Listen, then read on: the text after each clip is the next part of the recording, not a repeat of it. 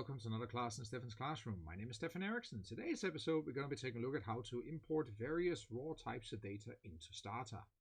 So suppose you're not so lucky and don't have a ready Stata file format or easy Excel or whatnot, and you would have to do all kinds of import or whatever. You could of course just go for File, easy peasy import, and just take a look at the different files, but I also want to show the code behind so you understand what's going on.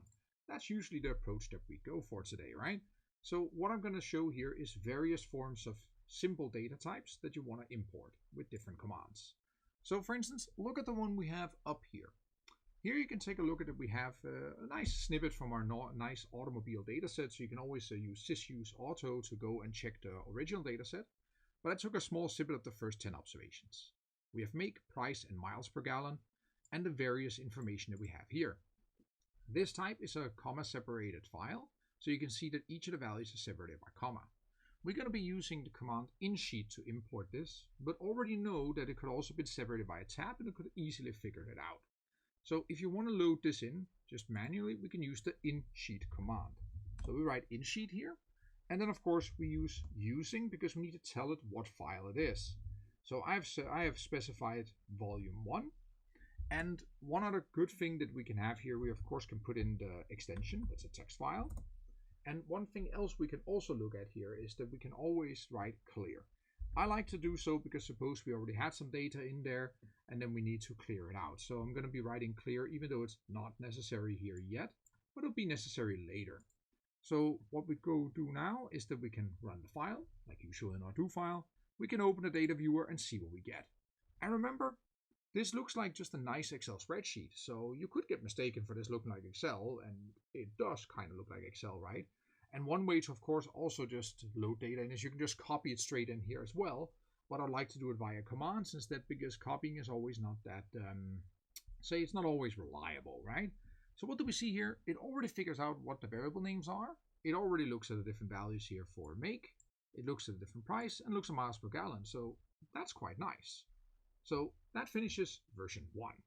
So what about a different type of file? So now go and look at version 2. And don't worry about it. I will upload all these 4 files you see up here for my example.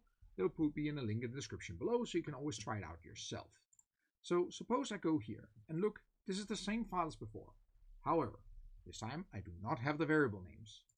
So that means that if I would go and copy, paste, load in version 2, what's going to happen? And now we're going to need clear because there's a data set already there. You could also write clear on a separate line, of course, but let's put it in the same line. So I minimize this here so we don't have it in the way. We run this line. It loads in the data fine. Okay, but how does it look? So let's look at it. You see, Stata doesn't know what the variable names are here, so it assigns v1, v2, v3. This is standard, just variable 1, 2, 3. It will carry on 4, 5 until infinity and beyond. So what do we have here? We need to actually tell what the names are. And you can do that in the insheet command as well. So before you write using, then you write in the variable names. You write make, that was the first variable we had. We had price, and we had miles per gallon. And that's essentially it. That's all you have to do. So what can we try here? And of course, if you do it wrong, you can just load in again and try one more time. So we add in here, look at the data one more time. And now we see we're back at exactly the way it's supposed to be. So this is brilliant. It even indicates here what is string, what is numeric, and what not. So this is a string 13. Shows that it can be up to 13 characters wide. That's going to be a little important in a moment. But let's for now just forget about that. So that's 2. However, what about the following? Let's go for version number 3. In this case here, I have space separated variables. So if I look at the first one here, I notice a couple of things. I notice that the different observations or different information in the different variables are separated by a space bar instead. So there's a space here. And furthermore, I see that we use quotation marks around our first variable here to indicate in this case that it's a string variable. Now, this time we can use a different command for doing so. We're going to be using the file called infile, or the command called infile, right? So again, now we have to do a similar thing to what we did before. We have to specify the variables because otherwise it doesn't know. But we need to do one more thing. If it's a string variable, we need to tell it, which means I need to go str13 up front and then make. This will tell you that make is going to be a string. with a maximum length of 13 or up to 13 characters. That's fine. Price, mile per gallon, and then we can again go back and do the same. In this case, we have auto v3.txt, and then clear again because we again have data set in there. I also notice now I use volume 1, but you can just use volume 2 and it'll work perfectly fine. No issues there. So what do we get here? We have infile now. We just direct this should be a string. The rest should just be numeric values. So let's go ahead and check. It says here we read in 10 observations. That's a good start. We can of course always write a list to check, but you can also just open a data viewer like we've done so far. This will give you the same idea, so we can use list, or we can just use this here as well. So you can choose what you want. But a list is easy if you don't want to have to open a viewer, but I like the data viewer. It gives me this comfort feeling of Excel sometimes. Because most of us, we started with Excel before we went to other fancier software. Now that finished off version 1, 2, and 3, but I saved one version for last. So what do we have here? Let's open this file here and look at version 4, and look what we have saved here. This is specifically column formatted file. It is a standard fixed format. So you see here it looks like perfectly column. So you see perfect column split for the first make. We see the price, we see the miles per gallon. You need to know what it is because again you can see up here that it doesn't give you the variable name. So we again have to do a specific naming choice here, or we have to tell it. And here we have to use the command infix. You see it even comes in file, but we go for infix this time. I will see here that, what can we do more? What can we do? We need to of course do string for the make variable again.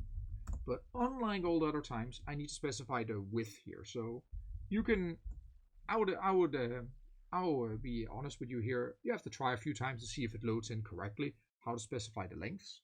But you can see here we have the first one, then we write price, and we have to specify again here. We start at 15 now to 21.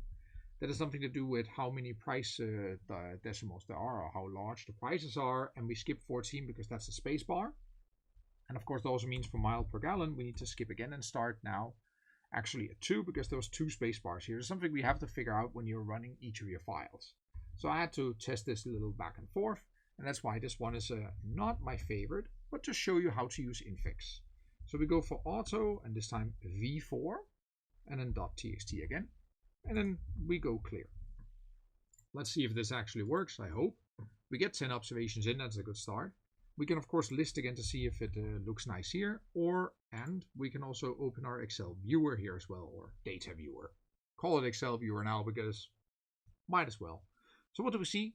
It looks quite nice, right? It looks the way you would expect it because you can always check with the raw data to see if it actually gets correct.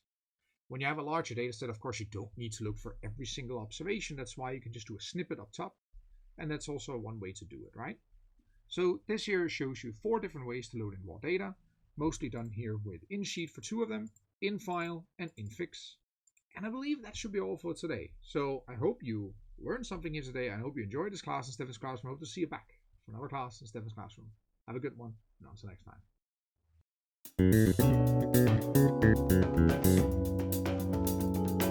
time.